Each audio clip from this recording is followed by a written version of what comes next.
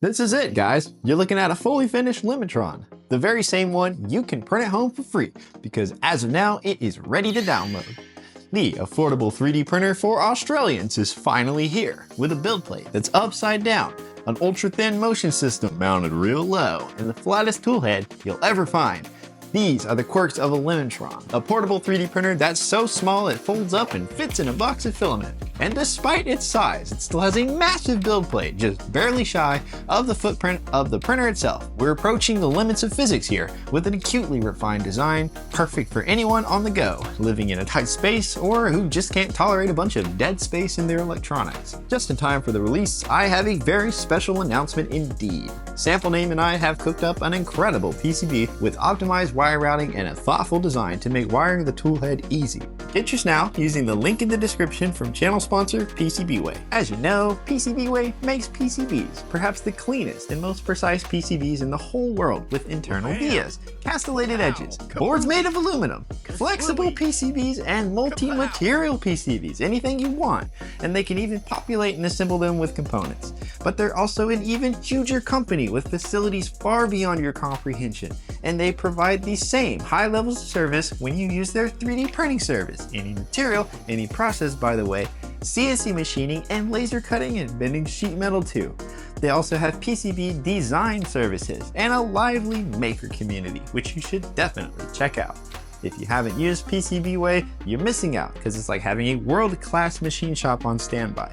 Get your Christmas promo coupon now before it's too late, and as usual, big thank you to PCBWay. I wouldn't get a PCB any other way. Now let's build a Limitron, because if you're gonna build one, this video should give you more confidence. And if you're not, well, kick back and relax. I'll build one so you don't have to. We're gonna do all the auxiliary components first, so we can eliminate some of this big pile. Let's start with the bed holder. I'm gonna drop in two 40mm subscribe buttons. And then drop in 5 16mm countersunk subscribe buttons. We'll make the posts next, which is a 12mm washer, a bearing, another washer, a spring that's been cut in half, and constrained by a nut.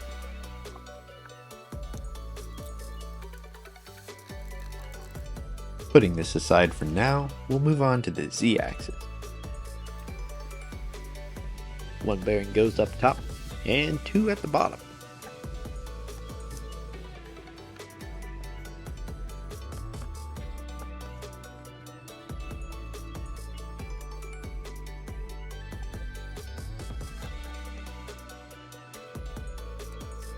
That's looking real nice. Before we add the linear rail though, we'll take a side quest and make the edge connector wiring harness.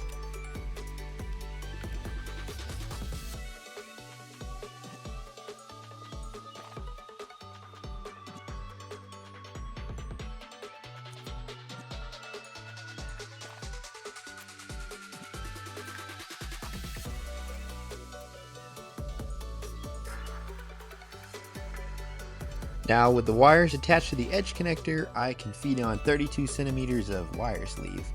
And that's looking nice, but we need to finish the other end.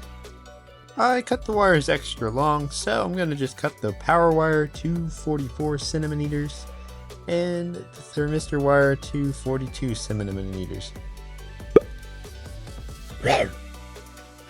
You should put ferrules on here, but I didn't have any, so I just used some solder. Solder. With the power wires done, the thermistor wires are gonna get the cramp.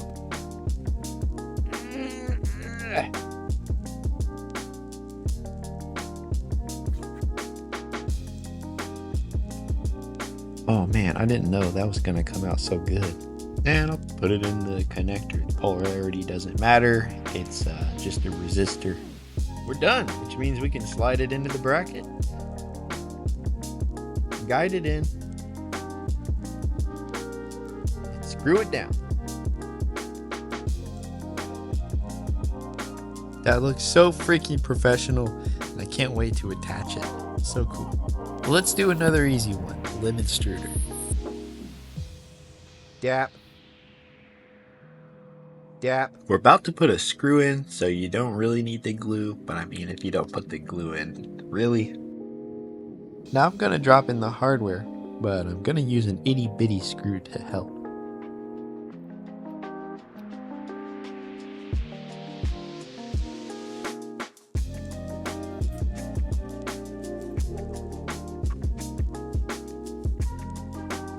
We're gonna drop in another spring. This one's not modified, don't cut it.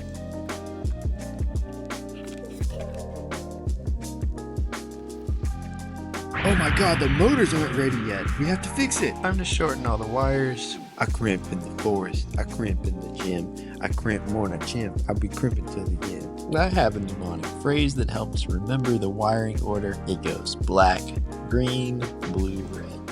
Now let's switch to the tooling. This part is awesome. We're gonna clip off these little nubs from the fan and the wire clip.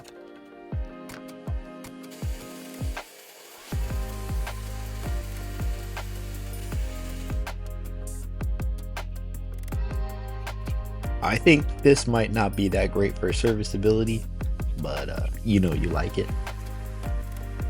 Broski's, this hot end is the GOAT. I bought another one just for this video. Please, for the love of God, support me on Patreon. This thing is HOTTOGO, and it ended my frustration with the previous hot end. Of course, it has to have its own quirk too. When it's loose, it leaks molten plastic, and it's impossible to clean. You need to tear it down and tighten the copper cone thing that's going to show up on screen soon.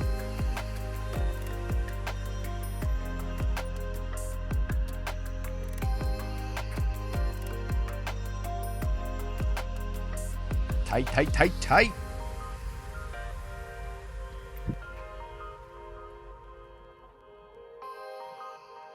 Why, bro?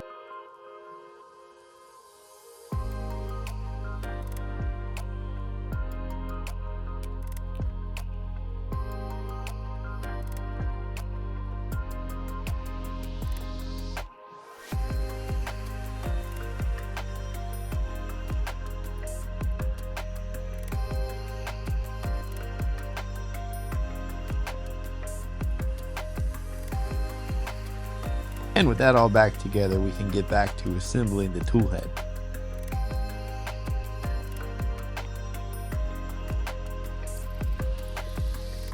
This is the BQ microprobe, and it was a little too tall, so I modified it by countersinking the two mounting tabs. Here goes the hot end fan, and we got some cool 3D stackage action, and then it gets held in with the part cooling fan. I'm a big fan of this design.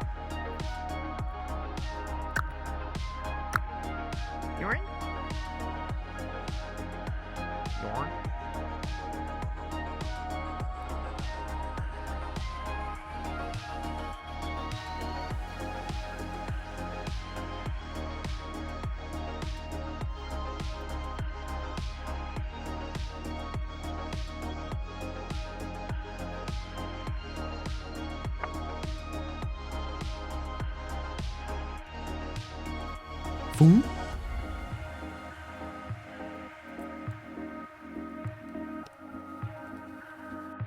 Boom. Boom. Jiggy jiggy. Oi. Toi. Jiggy jiggy. Oi. Toi. Blub blub. Blub. I feel like I should say something here, or I'll lose viewer attention.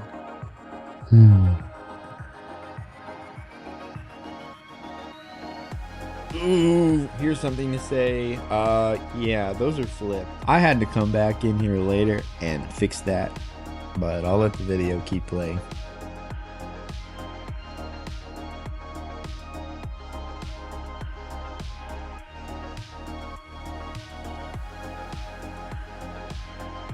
And here I'm tugging on the wires a little bit to straighten them out before putting a 57cm long braided wire sleeve on it. Boom.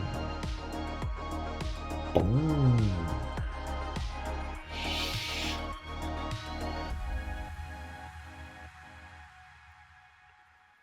And now that we've added the wires to the tool end, it's time to add the connectors to the wires. The probe and silicone wires are cut to 53 centimeters. The rest of them are cut to 55. The heater wires get ferrules or solder if you don't have any. And everything else gets crayon.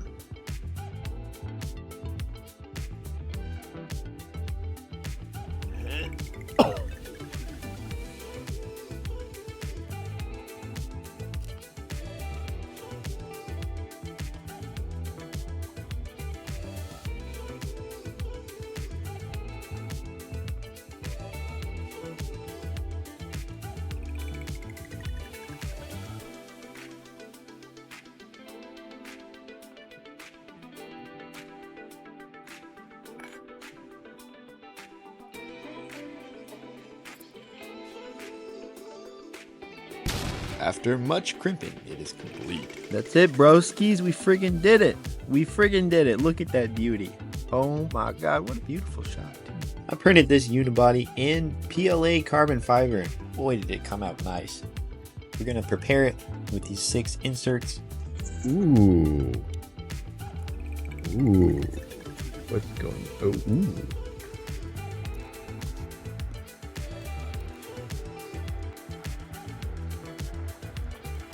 This is a close-up of the Z block, and the top one goes in from the front, whereas the bottom 2 go in from the back.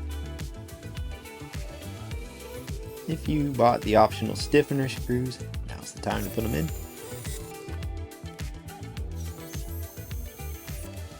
And with the chassis all dressed up, the rest of the build is just putting stuff on the chassis. Now we're really going to start getting into it by inserting the AC jack.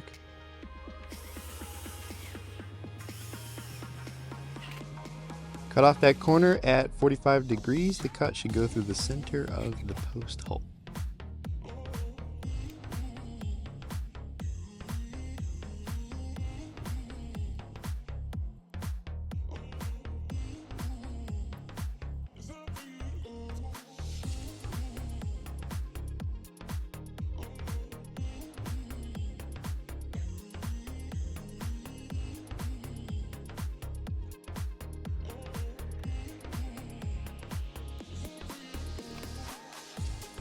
Before we get too far ahead of ourselves, make sure these in-stop jumpers are set. Then it's time to plug in the power supply. Tuck those wires in. Now we can plug in the tool head. Start with the servos. Hotend wires into the terminal block. The brown thermistor wire goes in that bottom left port. That's the hotend fan, that's the part cooling fan. And the last thing to plug in is the Z-axis. There goes the thermistor. And the power wires get inserted into the terminal block. Get ready for another motor intervention. I'm gonna cut these shafts down to size, and to do that I'm just gonna put a pulley on it and mark it, and then I'm gonna hit it with the Dremel tool with the cutoff wheel and cause some damage to my camera lens.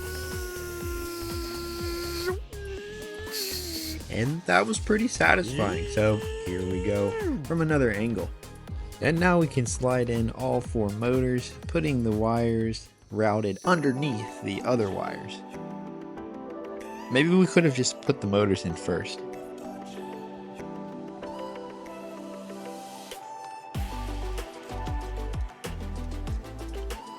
Now we can wire up the Raspberry Pi. You might want to use 90-degree pins.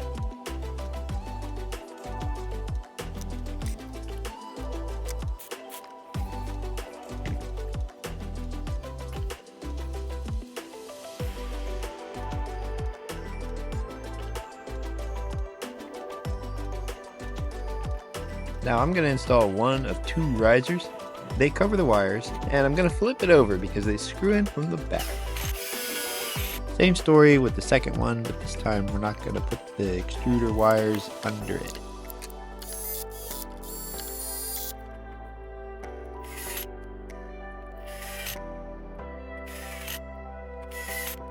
Oh, and I forgot to put the SD card in, so here's a macro shot of that for some reason. Now my favorite part is coming, and it would be time to put in this rail.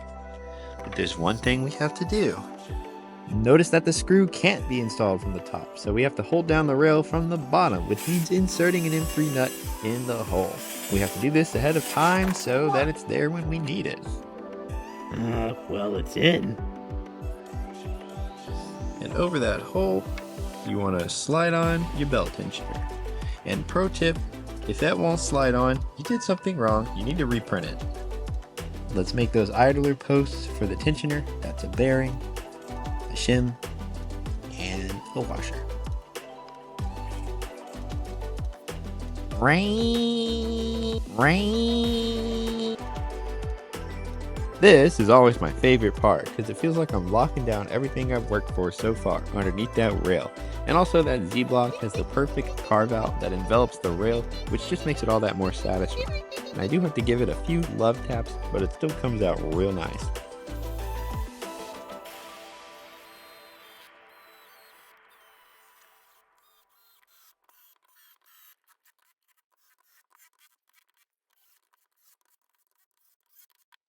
Now we have to flip it over because of that bonus screw, remember from earlier? Bonus screw. The tighter the better. Remember, it goes through the plastic and cinches down on that rail on the other side. So it's one way the Z-block is able to hold up the bed. Now I'm using some clear tape to pin down the wires. You don't want the mid plate to pinch the wires. Those wires are actually not really accessible while you're putting the mid plate on. So this tape part is really important. Important tape. You can see me screwing these in by hand. I did have an accident one time with the drill. Here I'm screwing in an idler bearing with a long screw. This idler screws into the motor. Next up is the extruder gear. This is a Bondtex style gear with the bottom whacked up. And I found that if I line up the top with a pulley, then that lines up the teeth perfectly too. So that's a good technique.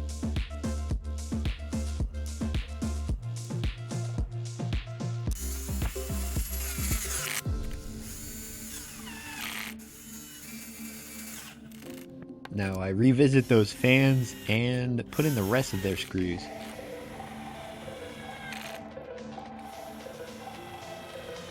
And when you tighten on the pulleys, make sure there's just a little clearance and also give it a good test spin, or you'll find yourself scratching your head when you try to find the source of some friction, similar to the friction that appears in the belts when you don't subscribe. Now I'm going to start working on the X-axis assembly and attaching it to the Y-axis. Here I'm pressing in, or rather pulling in, some M3 nuts into the outermost holes of the X-rail. And these are going to hold on the idlers, which are just screws with a bearing and a shim. That's it. And they screw onto the bottom of the rail, which means they're facing downwards. And the screw posts stick up, serving as end stops for the carriage.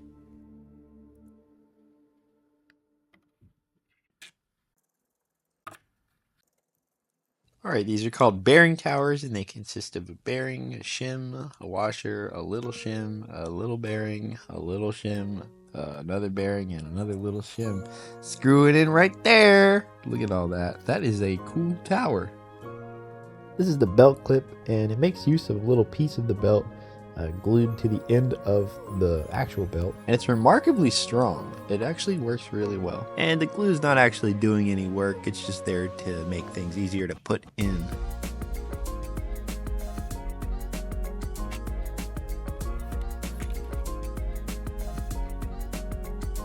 The other end isn't even glued.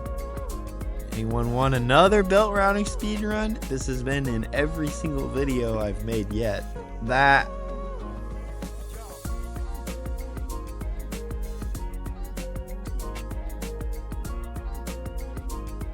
Now we can tighten the belt, but when it comes to positrons, you want it like half as tight as with Core XY, because it's not Core XY. We actually just have one long belt and the same amount of friction in total. So that's more friction per belt. At least that's the best explanation I can come up with. This is getting insanely close to a fully finished Limitron, There's just a few more things to attach. And what would a Lemontron be without its super cool toolhead?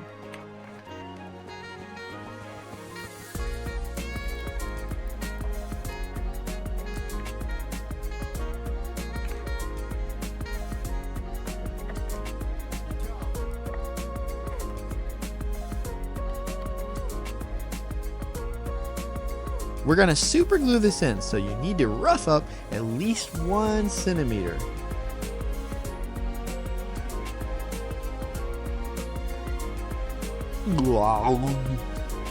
Zip. With the Bowden tube glued in on one side, we need to cut the other side down to length and insert it into the tool end.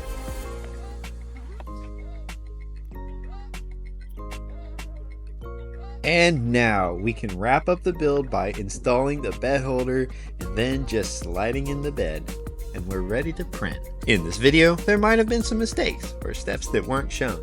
If you're gonna build your own Limitron, always go over to limitron.com to access the latest build guide. Dude, it's so zesty. Oh God, look at the lemon. Look at the lemon.